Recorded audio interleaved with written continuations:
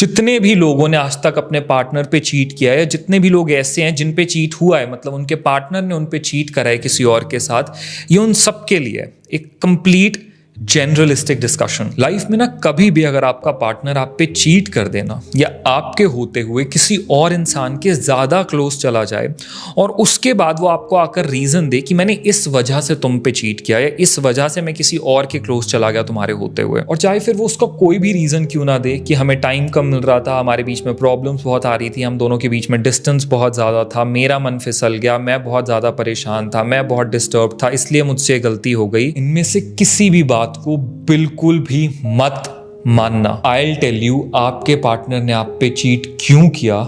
उसने आप पे चीट सिर्फ और सिर्फ इसलिए किया क्योंकि उसकी कॉन्शियस ने उसे आप पे चीट करने के लिए अलाउ किया। उसने आप पे चीट सिर्फ इसलिए किया क्योंकि उसके ज़मीर ने उसे इजाज़त दे दी कि अपने पार्टनर के होते हुए भी कोई बात नहीं, किसी और के नज़दीक चला भी गया तो। लोग जब आकर ये कहते हैं ना कि आई एम सो सॉरी, मुझसे गलती हो गई कि मैं किसी और के नज़दीक चला गया, या गलती से मुझसे तुम पे चीट हो गया, दिस इज कंप्लीट 100% बुलशिट। सब बेकार की बातें हैं। चीटिंग कभी भी कोई गलती या मिस्टेक नहीं होती। Cheating is always a choice.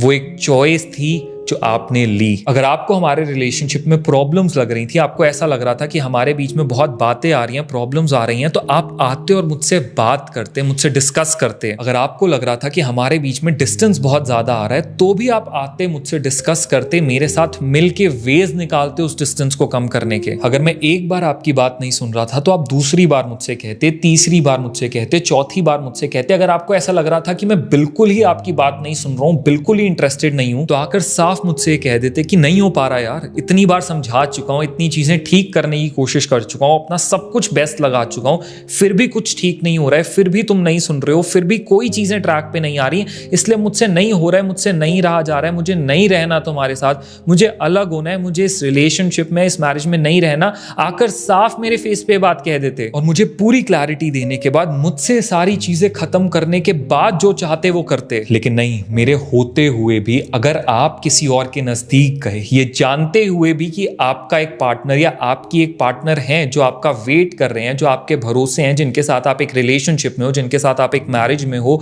और आपकी इस हरकत से वो कितने हर्ट होंगे, वो कितने शैटर होंगे, वो कितने टूटेंगे, वो कितने बिखरेंगे, अगर ये सब जानने के बाद भी आप किसी के नजदीक चले गए, तो वो एक मिस्टेक नहीं, वो एक चॉइस थी। पता है, जब भी हम एक इंसान के थोड़ा ज्यादा क्लोज जा रहे होते हैं ना, उसके थोड़ा ज्यादा ही क्लोज आ चुके होते हैं, तो एक बार के लिए, एक मोमेंट के लिए हमारा दिमाग हमें वो रिमाइंडर देता है कि आप ये क्या कर रहे हो। आपका दिमाग आपको अलर्ट करता है कि शायद ये सही नहीं है। वो क्यों अलर्ट करता है? क्योंकि आपका बैक ऑफ द माइंड, आपका सबकॉन्शियस जानता है कि आपका एक पार्टनर ऑलरेडी है, इसीलिए वो एक बार वो ब्लिंक करता है कि शायद ये चीज सही नहीं है, पर आप उसको हटाकर, आप उसको ऑफ करके, इग्नोर करके ये कहते हो कि नहीं, कोई बात नहीं, let it go, let it happen.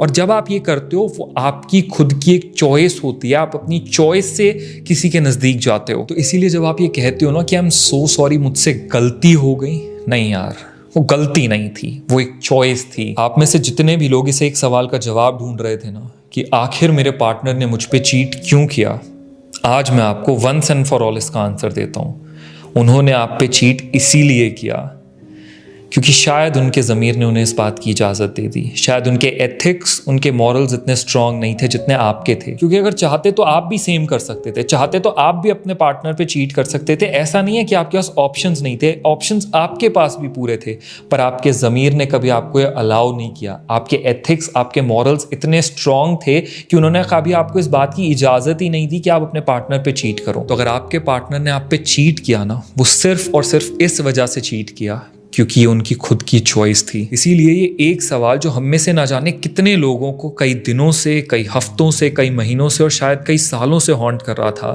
कि आखिर मेरा सब कुछ करने के बाद भी, मेरे बेस्ट देने के बाद भी मेरे पार्टनर ने मुझ पे चीट क्यों किया।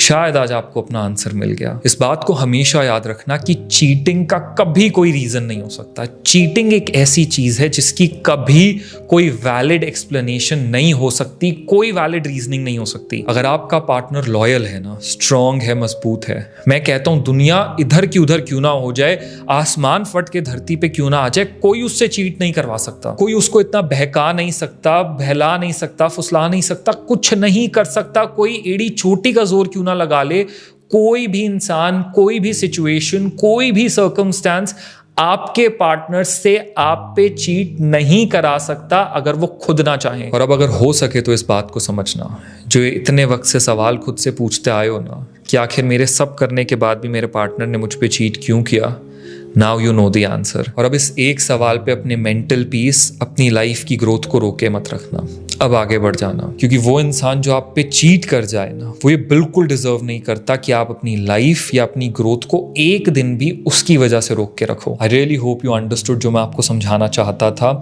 नाउ आई रियली वांट कि आप लोग भी अपना ओपिनियन नीचे कमेंट्स में बताओ, आपको क्या लगता है, क्या लगता है आपको कि क्या चीटिंग के बाद सेकंड चांस दे देना चाहिए एक इंसान को? क्या लगता है आपको कि चीटिंग एक मिस्टेक है, चीटिंग एक चॉइस है?